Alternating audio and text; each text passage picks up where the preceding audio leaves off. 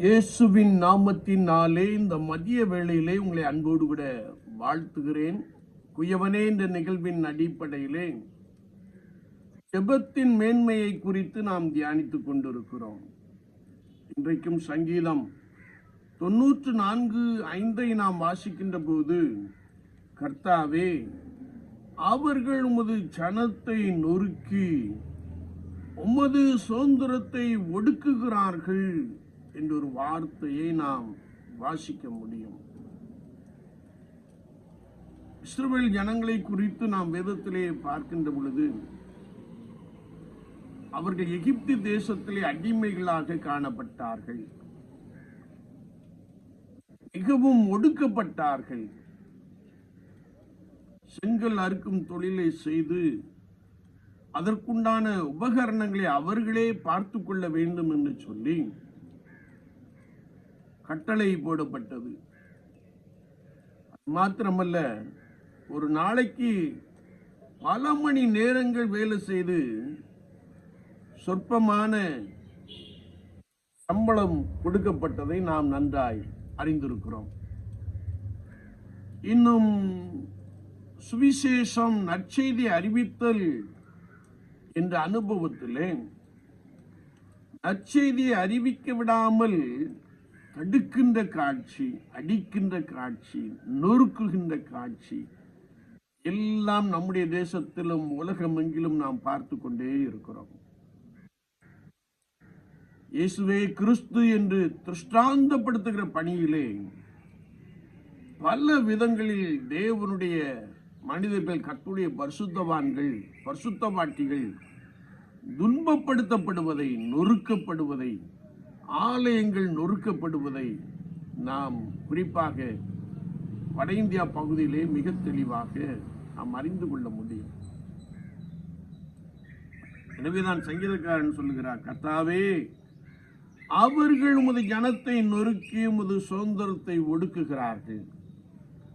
விசுவாச வாழ்க்கையிலே கர்த்தராகிய இயேசு கிறிஸ்துவை அறிவிக்கின்ற பணியிலே அநேக இரத்த சாட்சியாய் மரித்திருப்பதை பரிசுத்த வேதாமத்திலும் நம்முடைய சமகாலத்திலும் நாம் நன்றாய் அறிந்திருக்கிறோம்.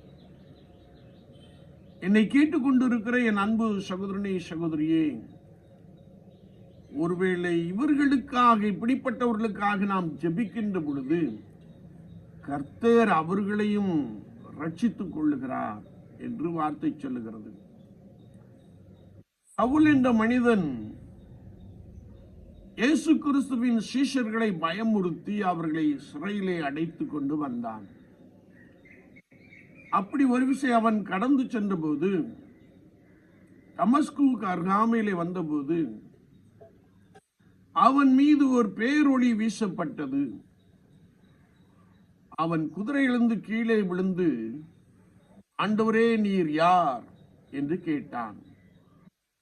நீ துன்பப்படுத்துகிற இயேசு நானே என்று சொன்ன மாத்திரத்திலே அவன் இயேசுவே மெய்யான தெய்வம் என்று சொல்லி தன்னை ஆண்டவருக்கென்று அர்ப்பணித்து 3 நாள் சாப்பிடாமல் இருந்து அவன் கண்கள் பார்வை அடைந்து அவன் ஞானஸ்நானம் பெற்று அபிஷேகம் பண்ணப்பட்டவனாக தாமதமின்றி இயேசுவே கிறிஸ்து என்று பிரசங்கம் பண்ணினான். அநேக நிருபங்கள், அநேக ஆத்துமாக்கள், அநேக ஆலயங்கள் எல்லாவற்றையும் கர்த்தருக்காக வைராக்கியத்தோடு கூட செய்தான் என்பதை நாம் நன்றாய் அறிந்திருக்கிறோம். எனவே கர்த்தருடைய ஜனங்களை ஒடுக்குகிறவர்களுக்காக, கர்த்தருடைய ஆலயங்களை நொறுக்குகிறவர்களுக்காக நாம் ஜெபிக்கின்ற பொழுது கர்த்தர் அவர்களை சந்திக்கிறார், அவர்களை ஆண்டவர் ரட்சிக்கிறார். அவர்களும் இயேசு கிறிஸ்துவின் சுவிசேஷத்தை சுமந்து செல்லுகின்ற நபராக ஆண்டவர் மாற்றி விடுகிறார். எனவே விசுவாச வாழ்க்கையிலே நீங்கள் ஆண்டவரை நோக்கி ஜெபிக்கின்ற பொழுது, ஆண்டவரை நோக்கி காத்திருக்கின்ற பொழுது, ஆண்டவர் உலகமெங்கிலும் பெரிய ரட்சிப்பை உண்டு பண்ணுகிறார். குறிப்பாக நம்முடைய தேசத்திலே ஒரு பெரிய ரட்சிப்பை உண்டு பண்ணுகிறார். பூமி கர்த்தரை அறிகிற அறிவினால் நிறைந்திருக்கும் என்ற வசனம் நம்முடைய தேசத்திற்குள்ளே சீக்கிரமாய் வந்து நிறைவேறும்.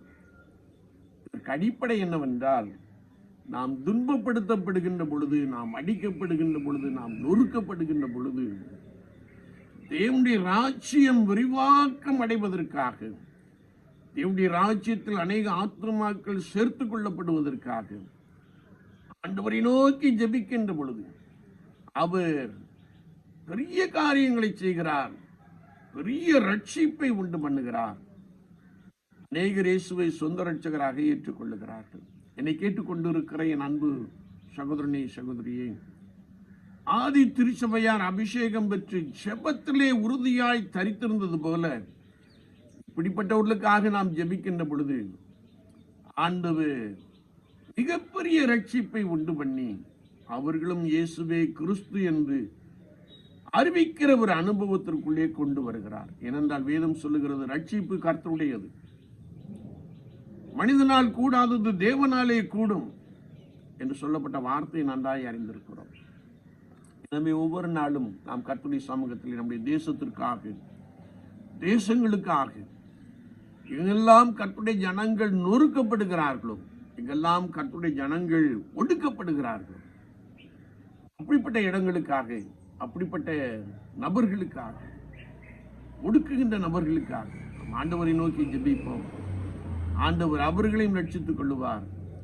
ஒரு பெரிய மகிழ்ச்சி உண்டாகும், ஒரு பெரிய சந்தோஷம் உண்டாகும். கர்த்தருடைய வசனம் எங்கும் விருத்தியாகிற காட்சியை நாம் பார்க்க முடியும். ஆண்டவர் அப்படிப்பட்ட கிருபைகளை ஜெபத்தின் மூலமாக நிறைவாய் கொடுப்பாராக. ஆமென், ஆமென்.